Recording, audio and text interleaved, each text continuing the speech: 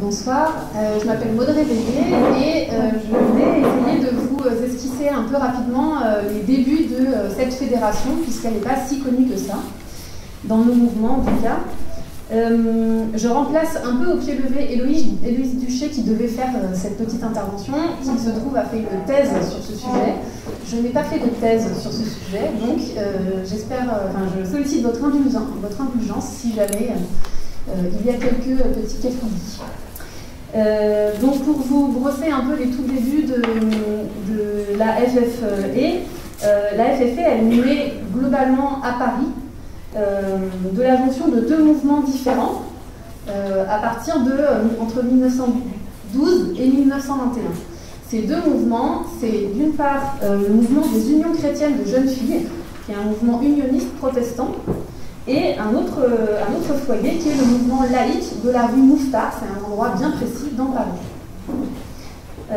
Alors, en termes de contexte, les guides de scoutisme pour les filles naissent dans le monde en 1909, et assez rapidement, il y a des personnes en France qui ont envie de traduire ça en France pour pouvoir proposer du scoutisme aux filles. Donc le premier foyer, c'est ces fameuses unions chrétiennes de jeunes filles. Alors, peut-être que les personnes qui sont unionistes ici savent ce que sont les UCJF, tout le monde ne le sait pas.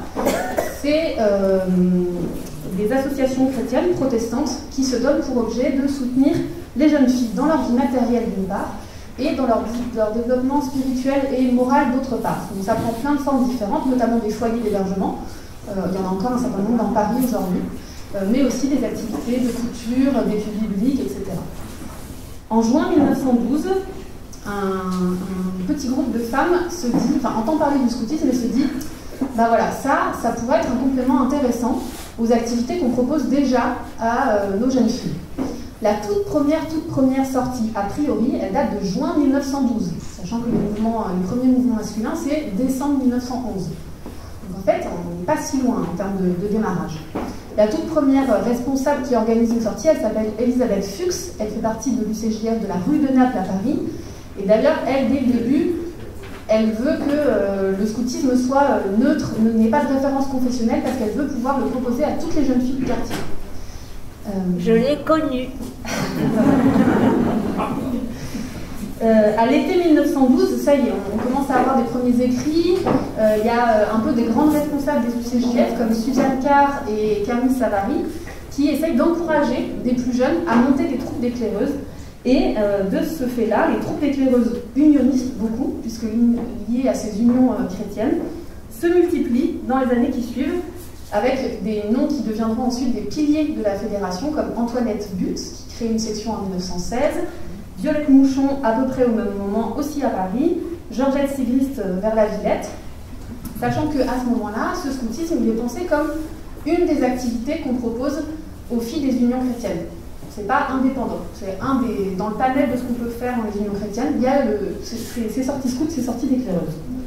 À partir de 1917-1918, on commence à avoir des troupes en dehors de Paris, notamment dans les foyers protestants, c'est-à-dire notamment dans le sud de la France. 1919, c'est le début de la structuration, c'est-à-dire que c'est la rencontre qu'on appelle de l'oiseau bleu. Toutes ces troupes d'éclaireuses se retrouvent et elles réfléchissent à la structuration de leur mouvement, notamment à la place de la spiritualité dans ce mouvement-là. Et dès 1919, il y a une volonté d'être pluraliste. La partie laïque n'est pas encore née, véritablement. Il y a une volonté d'être pluraliste, c'est-à-dire que c'est possible d'être cheftaine aux éclaireuses sans être chrétienne. Même si la spiritualité chrétienne, notamment protestante, a un grand rôle dans le contenu des activités. Vers 1920, on a l'apparition du premier manuel de l'éclaireuse, c'est-à-dire la première structuration pédagogique vraiment du mouvement, que l'on doit à Antoinette But, dont je vous ai déjà parlé. À ce moment-là, on a à peu près 50 sections déjà qui sont nées, la plupart à Paris et puis ensuite dans le sud de la France.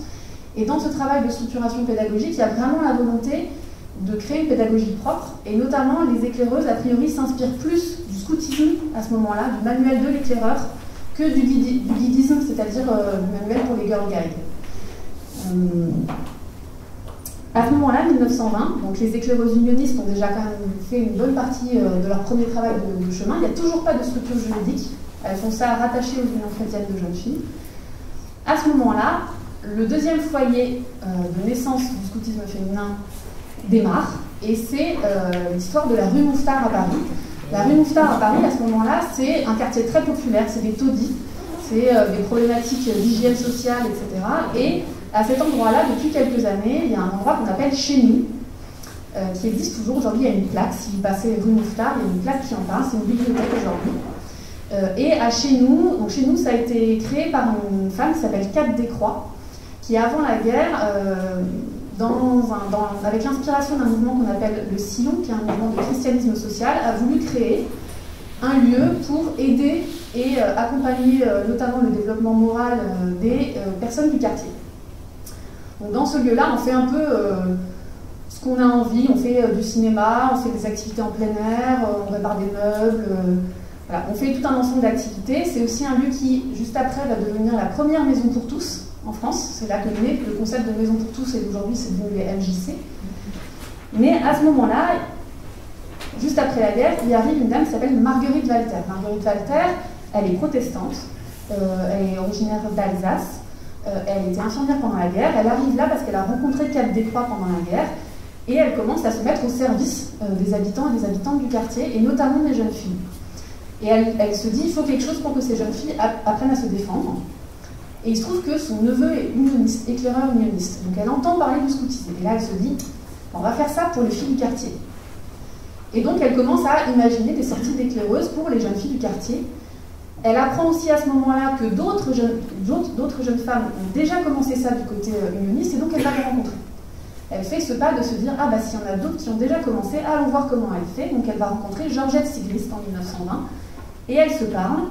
Elles se mettent d'accord sur le fait que c'est possible de continuer à travailler ensemble alors qu'elles ont des approches un peu différentes, notamment sur le plan de la spiritualité, puisque Marguerite Walter, elle, bien qu'elle soit protestante, elle tient très très fort au fait que ce soit un mouvement pour toutes les petites françaises, et donc où la question de la religion, de la confession ne soit pas un critère de recrutement.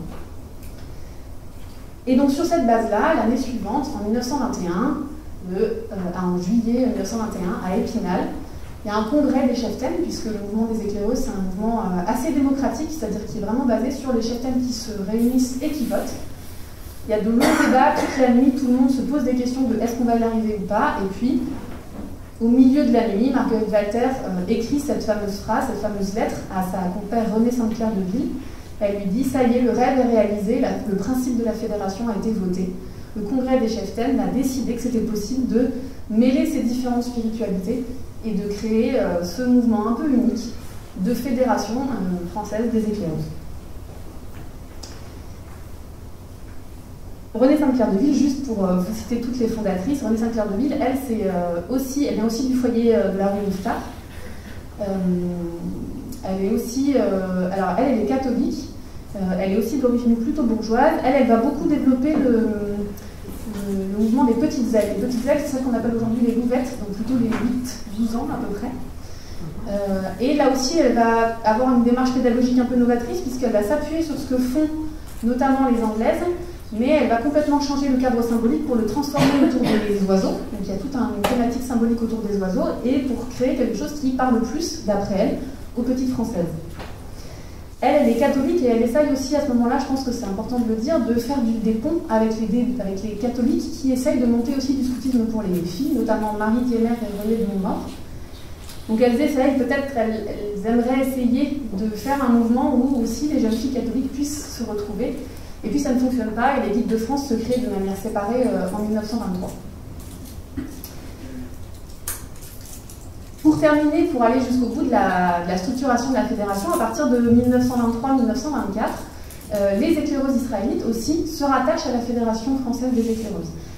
Au début, ce sont des camps communs, il y a des regroupements, sachant qu'en parallèle, les éclaireurs israélites se montent, et que pour les éclaireuses israélites, une organisation un peu spécifique est trouvée, qui est de dire, pour le scoutisme, pour la pédagogie, les filles, elles seront rattachées à la FFE, on les voit avec leurs cravates, leurs uniformes FFE, etc. Mais pour la dimension spirituelle, elles seront rattachées aux EIS.